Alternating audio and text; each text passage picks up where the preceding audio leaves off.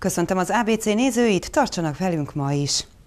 Nosztalgikus hangulatban zajlott a hétvégi Nagykanizsai Labdarúgó Egyesület és a Hévíz futball találkozója. A meccs szünetében köszöntötték a 20 évvel ezelőtt bajnokságot nyert legendás csapat, az Olajbányász tagjait.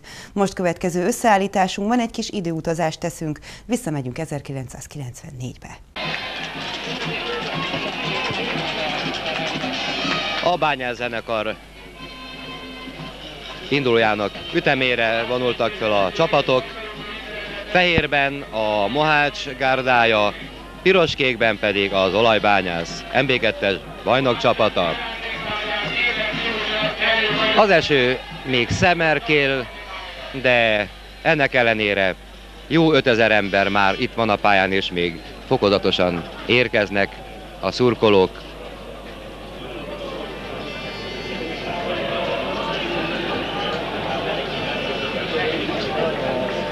A mérkőzés játékvezetője Olá, segítői Molnár és Hosszú.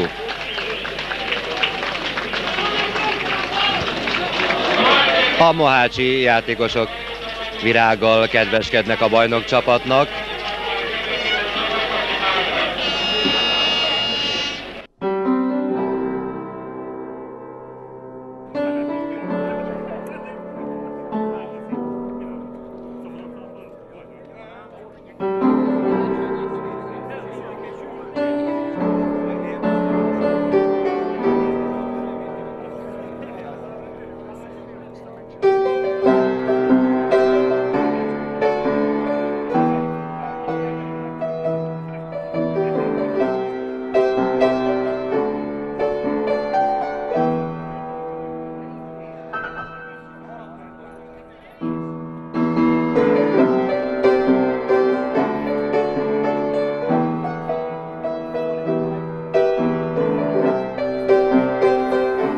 A 20 éves jubileum tiszteletére hívták életre a találkozót, az egykori játékos tagok közül 16-an tudtak elmenni az Olajbányász pályára. Hát ez a csapat közel 10 éve együtt játszott. Azt hiszem, hogy ez volt talán a legnagyobb erősségünk. Hozzá kell tennem még azt, hogy nagyszerű játékosok játszottak, tehát az MB2-es szinthez képest mindenképpen ragyogó játékosok voltak, és hát az a csapatszellem, ami bennünket jellemzett, az döntő volt a sikerekben.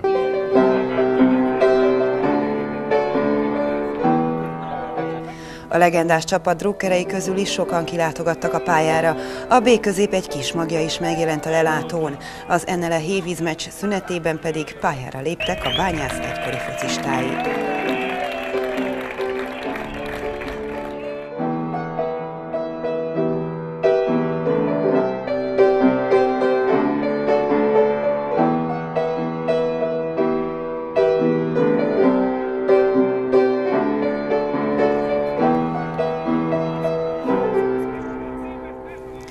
A játékosok és az Egyesület elnökségi tagjai a jubileum alkalmából emlékplaketteket vehettek át a város vezetésétől.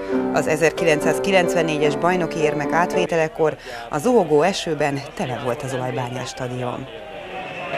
Kepe. És ebben a pillanatban Olá játékvezető 3-as évszava véget vet a mérkőzésnek, és a 93-90-es bajnoki évadnak is. És most az ünneplés percei következnek, és a bajnoki aranyérmek átadása, amelyet Cékus Lajos fog átadni az MLS főtitkára.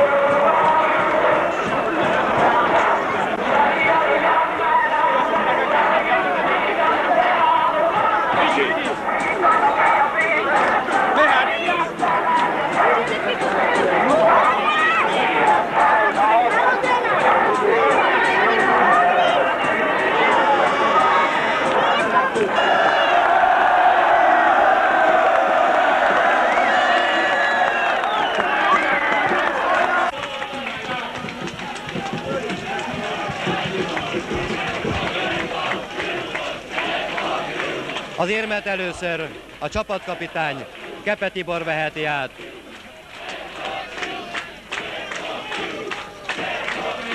Azt hiszem, ez történelmi pillanat, és a fanfárok is megszólalnak.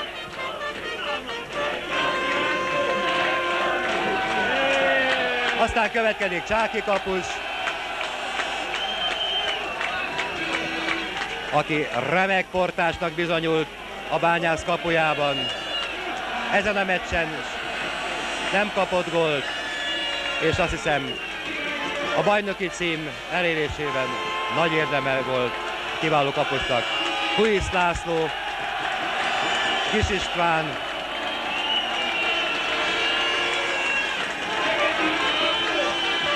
és jön Filipovics, aki csodát művelt ebben a tavaszi évadban itt az Olajbányásznál, és belopta magát a bányász szurkolók és valamennyi kanizsai szívébe.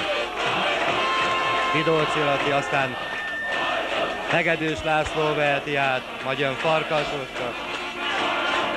Vélet Laci már felöltözve, Iványi Lajos, Szalai Zoltán és a sérült Tóth Péter, aki nem lehetett a pályán ezen a záró meccsen, és a többiek, akik hozzájárultak a csapat sikeréhez ebben az évadban, és kivívták az NB1-be jutást.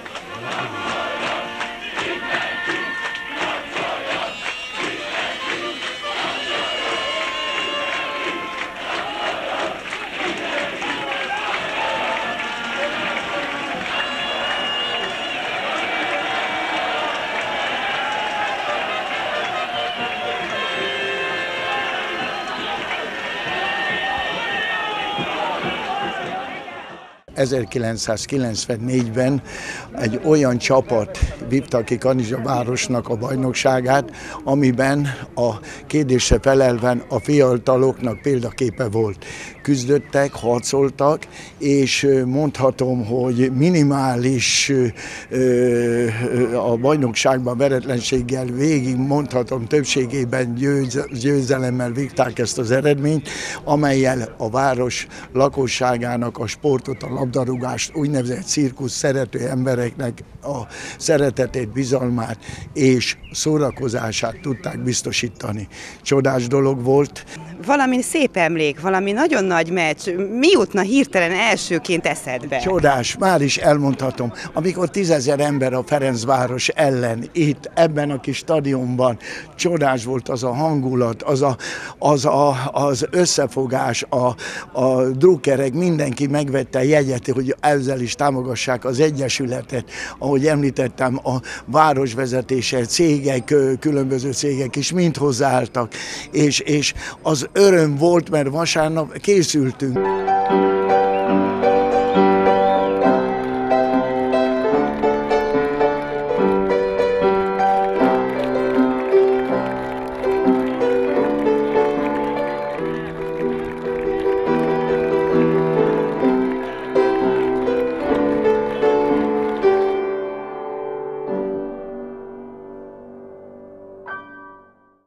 Erdős Márton bekerült a Tajvanra, a Nemzetközi Informatikai Diákolimpiára utazó magyar csapatba. A Batthyány Gimnázium 10. D-osztályos diákja hazáját és iskoláját a nyár folyamán egy másik nemzetközi megmérettetésen is képviseli majd. A Batthyányi történetében most először fordult elő, hogy egy gimnazista bekerült a Nemzetközi Informatikai Diákolimpiára utazó csapatba. Zalai fiatalok ezidáig kétszer vettek részt a versenyen, 1993-ban és 1996-ban. A kijutásért keményen meg kellett dolgozni, a válogatón az informatika OKTV programozás kategóriájának első 20-25 helyezettje vehetett részt. Az olimpiai válogató verseny az a Közép-Európai Informatikai Diákolimpiára utazó csapatot válogatja ki, és a Nemzetközi Informatikai Diákolimpiára utazó csapat tagokat is kiválogatja. Porgányi Márk és Erdős Márton jutott ebbe az olimpiai válogató versenybe. A válogató verseny az 4 teljes napot vett igénybe Budapesten, 2 részletben. Itt reggeltől estig programokat kellett gyártani. Marci mind a két válogató versenyen a második helyen bejutott az utazó csapatba. Ez azt jelenti, hogy június végén 7 napot fog Jénában tölteni a Közép-Európai Informatikai Diákolimpián, és valamikor július közepén pedig 7 napot Tajvanon a Nemzetközi Informatikai Diákolimpián. Te készítetted, illetve készített fel Marcit. Hogy zajlik ez a felkészítői munka? A felkészítői munka az sokrétű. Igazából harmadikosztályos korában kezdődött, most ugye 10-es.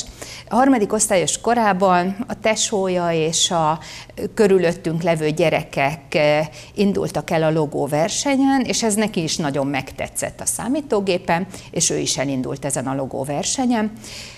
A logóverseny az a programozás első lépése a kicsiknek, ott csak rajzos feladatokat kell megoldani, viszont megszokják a gyerekek azt a gondolkodásmódot, hogy máshogy kell végig gondolni egy matematikai problémát, és máshogy kell végig gondolni egy informatikai problémát. 5-től ugye ide jár a Batthyány Gimnáziumban, itt szakkör keretében több gyerekkel együtt kezdett el programozni is, nem csak logóban, hanem Pascal nyelven, tavalyi évben pedig a többiekkel együtt egy újabb programozási nyelvet, a C++-t tanulták meg. A programozásra való felkészítés az nagyon sok feladatmegoldással jár, illetve nagyon sok olyan elméleti anyagnak a megtanulásával, olyan algoritmusoknak a megtanulásával, amiket nem tanítunk igazából a normál informatika órán és a normál matematika órán. Ezekhez a programozási algoritmusok megtanulásához van segítségünk is. Az Eötvös Loránd Tudományegyetemen dr. Zsakó László tanár úr és dr. Horváth Gyula tanár úr tart felkészítő szakköröket minden évben 5-ször, és ott elmesélnek ilyen algoritmusokat. Az algoritmusok megtanulása az 2 lépcsőből áll.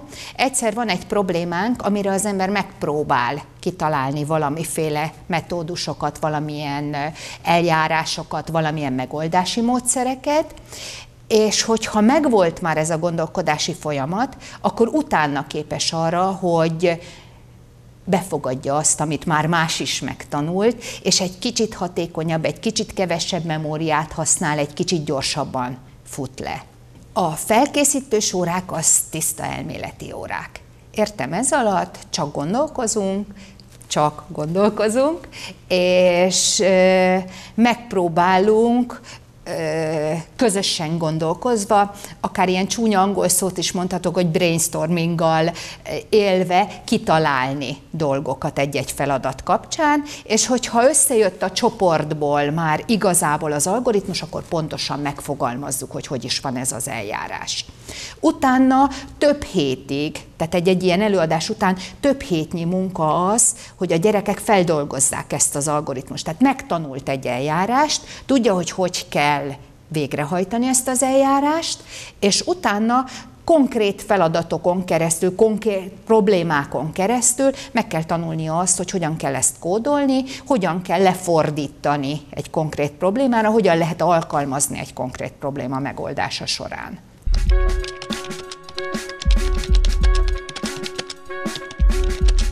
A versenyeken többnyire a való életből vett problémákat kell megoldani a diákoknak, így Marcinak is. Mondjuk például van egy térkép, ezen vannak útvonalak, illetve városok. Minden útvonalról tudjuk, hogy milyen hosszú, mennyi idő alatt lehet rajta végigmenni, és akkor meg kell találni egyik városból a másikba a legrövidebb utat, amerre a legjobb menni. Amikor megkapsz egy feladatot, akkor hogy állsz neki a megoldásának? Hát először mindenképpen gondolkodás kezdődik. Ez meglepően hosszú ideig is tarthat. A versenyen olyan 3 óra, 5 óra körülbelül ennyi időnk van, és ebből egy feladaton akár egy órát is lehet gondolkozni. A maradék időben egy programkódot kell írni, amit lefordítva a számítógéppel le lehet futtatni. Marci és felkészítő tanára szerint ahhoz, hogy valaki a versenyen helyt tudjon állni, nem csak tudásra van szükség. Fontos a logika, a kitartás és az angol nyelv ismerete is, hiszen a feladatokat a nemzetközi versenyen a diákok angolul kapják. A csapatvezetők lefordíthatják mindenkinek a saját anyanyelvére is. A fordított és az angol nyelvű közül az angol nyelvű az érvényes feladat. Tehát, hogyha valamiben bizonytalan az ember, vagy nem jól érti magyarul, már pedig lehet olyan, hogy nem teljesen pontos a fordítás, akkor az angol eredetihez kell fogniuk, tehát mindenképpen kell tudni. Nagyon jól kell tudni ahhoz angolul, hogy ezek az apróságok, pindurka kis eltérések átjöjjenek. Marci mindkét nemzetközi versenyen remekül helyt szeretne állni, ezért az elkövetkező hetekben minden szabad percét felkészüléssel tölti. Zalakaroson tartott író-olvasó találkozott Farkas Lívia. A fiatal lány eddig elsősorban az internetes társadalomban vált ismertté azzal, hogy új szintre emelte a blog műfaját. Az Urbán Ív hasznos praktikákkal, kreatív ötletekkel színesíti olvasói hétköznapjait, akikből az elmúlt évek alatt ismeretlenül és igazi virtuális nagycsalád lett.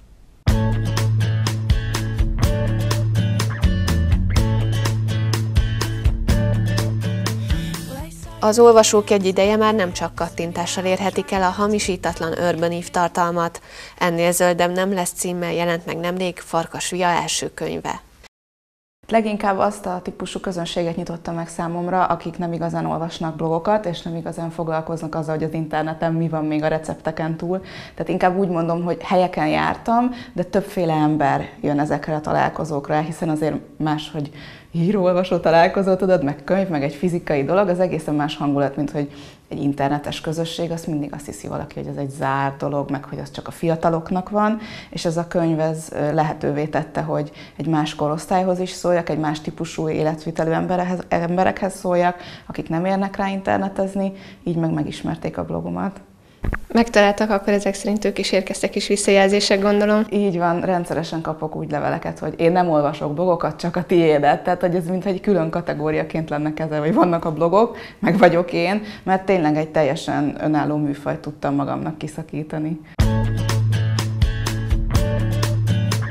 99 óta készítek honlapokat, az volt az új, hogy mi lesz az új honlapom, amit készítek. Mindig olyan témákban írok, amelyek aktuálisan érdekelnek, amelyek foglalkoztatnak, és eljött ez az idő 2008-ban, amikor úgy döntöttem, hogy ahelyett, hogy rajongói honlapokat készítek általam szeretett sorozatoknak, és disclaimer, hogy akkor 13 éves voltam, amikor elkezdtem, tehát azért sorozatokkal kezdtem az egész honlapkészítősdit. Ezt váltotta föl az, hogy a valódi életben szeretnék körülnézni, hogy milyen témákat tudok megragadni a mindennapjaimban. A cél az pedig most is az, hogy csak arról írok, ami érdekel. A koncepció az eddig van, és ez limitál, és ez ad szabadságot is. Tehát, hogy csak arról tudok írni, amihez hozzá tudok szólni hitelesen, és nincsen olyan téma, amire azt mondom, hogy soha nem fogok írni róla, mert lehet, hogy 3 év múlva rákattanok, és akkor arról fogok szólni minden nap. Meglepő volt aztán, hogy ennyi úgymond sorstársra akadtál az interneten keresztül? Érdekes volt inkább, hogy milyen sokan vágyunk ilyen témákra. Tehát, hogy nyilván magamból indulok ki, és azért először az én hozzám hasonló emberek kezdtek olvasni. Tehát amikor én elkezdtem, akkor még nem töltöttem be a 23-at, és akkor volt az a típus, aki olvasott, tudod, ez a fiatal, egyetemista, de nem a szüleivel él, tehát már a saját háztartás felé már kacsingat, általában már van valamiféle stabil párkapcsolata, és így próbálja megtalálni a helyét az életben. És ahogy nőtt a közösség, magától autentikusan, folyamatosan nyitottuk ki, mindig egyre több ember jött, és akkor megjelentek a kisgyerekes anyukák, megjelentek a gimnazisták, és most már 16-tól 76-ig mindenféle olvasó van, de a közös dolgaink azok mind azonosak, hogy igényesen szeretnénk szórakozni, szeretnénk valami többletjelentést az életünknek, kreatívak vagyunk, és próbáljuk a kihívásokat normálisan kezelni.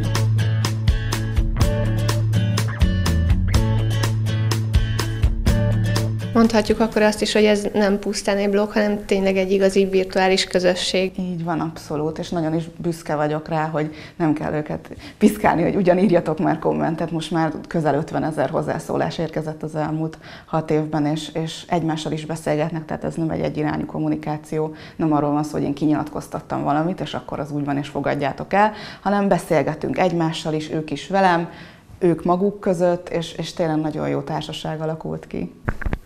Említetted az előbb, hogy azért te vagy a kiinduló pont az írásaidban, ez egyfajta kitárulkozásra is jár. Nem teherez, vagy hogy lehet szétválasztani azt, hogy van a blog és van Farkas Via, a magánember? Ez inkább ilyen koncentrikus kör, tehát hogy az is abszolút én vagyok, az is valódi, teljesen igaz, tehát nem fogom azt mondani, hogy most csak azért csinálok valamit, mert a blogra kell egy cikk, és akkor úristen. Inkább úgy mondanám, hogy megválogatom, hogy mit osztok meg, és mit nem. Teljesen egyszerű, elképzelem, hogyha egy halálvadidegen ember szembe jönne velem, és visszamondaná azt, amit én leírtam, akkor mennyire jönnék tőle zavarba, vagy mennyire érezném úgy, hogy ez borzasztó, hogy ezt ő tudja, mert ennek is semmi köze hozzá. Tehát, hogy amennyire próbálom megírni a cikkeket úgy, hogy egy baráti hangvétel, meg egy nyitott hangvétel, azért ott van az is, hogy nem biztos, hogy mindenki a barátom, aki olvassa, nem mindenki úgy kezel engem, és fel kell igenis rakni egy határt, amikor azt mondom, hogy ez az én magánéletem, ez nem tartozik senki másra, és akkor ezt egyszerűen nem írom meg.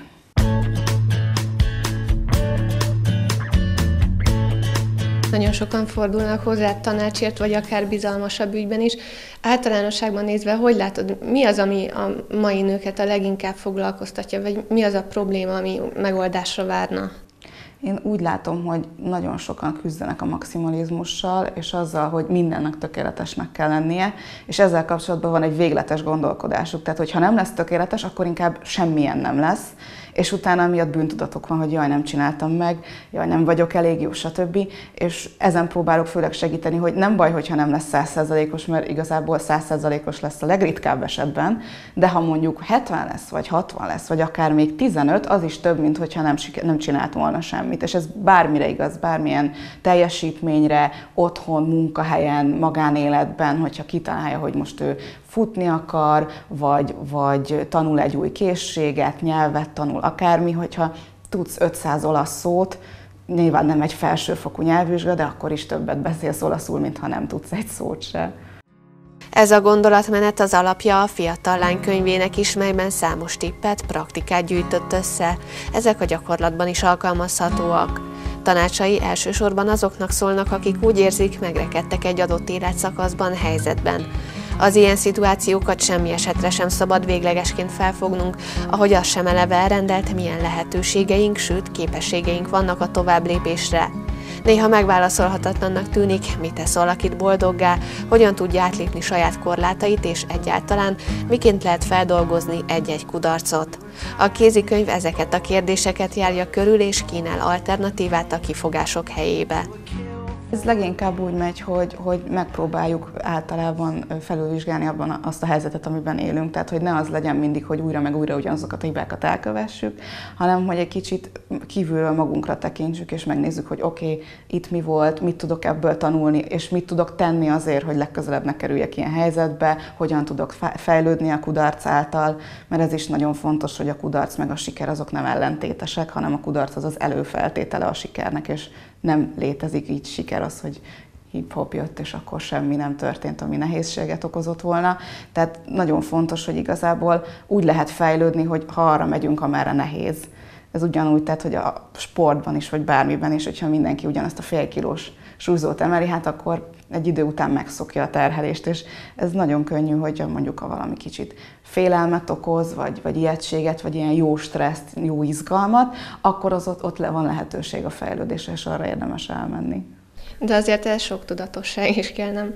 Mindenhez. Tehát, hogy itt le lehet élni az életet úgy, hogy ugyanazt a kört futjuk 75-ször, és akkor azt mondjuk, hogy éltünk, vagy le lehet élni úgy, hogy nem mondjuk soha azt, hogy na, én készen vagyok, akkor én vagyok a legokosabb, vagy nem leszek már soha többet okos. Én az életfogytig való tanulásba hiszek, és fontos, hogy felismerjük a képességeinket, és hogy türelmesek legyünk magunkhoz ahhoz, hogy tovább tudjunk ebből lépni. Percenként születnek az új ötletek, vallja Via, aki a jövőben is folytatja a blogolást. A témák tárháza végtelen, inspiráló gondolatokra épp úgy mindig szükség lesz, mint egy jó receptre, lakberendezési tippekre vagy a rendszerezés mikéntjére, életben, munkában, időbeosztásban, egy szóval mindenben. Biztos, hogy fogok még élni, én most még olyan 70 évet szeretnék eltölteni mostantól kezdve ezen a bolygón, úgyhogy biztos, hogy mindenféle dologgal fogok majd készülni. Konkrét terveket akkor fogok mondani, mikor már lesz bejelenteni való, hiszen ötleteim folyamatosan vannak, de nem érdemes mindenről beszélni, mert lehet, hogy valami majd átalakul. Én folytatom továbbra is, amit eddig csináltam, írom a cikkeket a blogra, tehát a könyv az nem az egyetlen kommunikációs lehetőségem. Szeretnék még több találkozót, több közösségi aktivizációt, nem csak az, hogy ilyen előadás formátumban tudjunk beszélni, és több tanfolyamot még, amit már elkezdtem az idén, ezt az utat szeretném folytatni. Rengeteg embert vonzott az idei Palacsinta Fesztivál Balatongyörökön. A tavalyi rendezvény sikere után idén még több palacsintát sütöttek a versenyre benevezett csapatok. Megszámlálhatatlanul sokféle édes és sós palacsintát kínáltak a vendégeknek. Rockfortos, sajtos, meggyes, megylekvár mentával és barackklekvár citromfűvel. A palacsinta az az étel, amit szinte kivétel nélkül mindenki szeret. Elkészítési módjainak csak a fantázia szabhat határt. A Balatongyöröki Palacsinta Fesztiválon a csapatok igazán kitettek magukért. Spenótos, ananászos töklekváros, bodzás, céklás és persze a klasszikus barackklekváros palacsinta sem maradhatott ki a sorból. A balatongyöröki óvoda anyukái színes palacsinta emberkéket is készítettek. Ott található a banános ízesítésű, akkor céklás túrós, van szivárvány palacsintánk, van a rakott palacsinta tojáshabbal, bodzás ágyon, egy másik fajta szivárvány torta, palacsinta, akkor a eszterházi csirkével töltött, akkor ez is egy meglepetés, ami bodza palacsinta, bodza alapú, és még... Felsorolni is alig lehetett a különféle töltelékkel megtöltött palacsintákat. A fesztiválnak vannak visszatérő résztvevői is. A kapuvári ízvadászok csapata idén ezzel az úgynevezett Boldogi Nagy Rózsa névre hallgató különleges palacsintával érkezett. Tavalyi évben is itt voltunk, és nagy sikert értünk el az úgynevezett kapuvári bőrlérmájas palacsintánkkal, amit jelen esetben is medvehagyma öntettel kínálunk itt a kedves érdeklődőknek. És ami még különlegesség számunkra, az úgynevezett Boldogi Nagy Rózsa, ami szintén egy palacsinta jellegű tésztából készül, egy speciális vassal kell kisütni forró olajba, és gyakorlatilag ezt a receptet már egy éve megszereztem, és hozzá a vasat is, és ezt most már mindenféle fesztiválon csináljuk, és elmondhatom, hogy nagy sikerrel csináljuk ezt. A versenyző csapatok asztalai előtt alig lehetett elférni, mindenki palacsintát akart enni. A választás nem volt egyszerű, hiszen közel 50 féle finomságot kínáltak a vendégeknek. Nagyon szeretném megkóstolni a palacsinta rétest, a palacsintát, meg a palacsinta zserbót. Ezek nagyon finomnak tűnnek. És milyen palacsintákat kóstol? Még számtalan fajta van még itt. Hát ettem banánosat, megyeset, áfonyásat, nagyon finomak voltak. Az egyik helyi csapatnál egy igazi profi palacsintadobáló sütötte a finomságokat, egyszerre 4 is. Na most ezt próbáljuk meg jobban! A zsűri nagy gonddal figyelte az elkészített édességeket, a szemrevételezés után pedig meg is kóstolták a töltött édességeket. Láttunk egy gyönyörű szép rakott palacsintát ott a második sátorba, az hasonló volt, hogy olyan elképzelése volt, mint egy mágiarakásnak, almás diós töltelékkel, tojásfehérjével besütve, meg ugyebár most látunk itt egy ilyen bodzás palacsintát, friss bodzavirággal, palacsintával kisütve, kajéjas porcukorral megszórva. Szóval meglátjuk, hogy milyenek lesznek az ízek. Az ízekkel nem lehetett sok gond, hiszen bárhová is nézett az ember, jó ízűen palacsintázó embereket látott. Tavaly év nagyon jól sikerült, úgyhogy nem kellett senkit csak kétszer hívni a rendezvényre, sőt a tavalyi jelentkezőket meghaladva idén 13 csapat jelentkezett, igaz, hogy ketten az időjárás miatt a végén visszamondták, de így is többen vannak, mint a tavalyi jelentkezők, úgyhogy reméljük, hogy a vendégek is nagyon sok palacsintát tudnak kóstolni idén. Polgármester úr szereti a palacsintát? Ha igen, akkor melyik a kedvence? Igen, szeretem, készíteni is tudom, és hát gyakorlatilag bármilyen palacsintát megeszek, úgyhogy nincs kedvenc külön. A A második Balatongyöröki Palacsinta Fesztiválon senki nem maradt éhes, kicsik és nagyok egyaránt jól lakhattak a töltött finomságokkal. Kedves nézőink, megköszönöm figyelmüket. ABC lesz a jövő héten is, tartsanak velünk, viszontlátásra!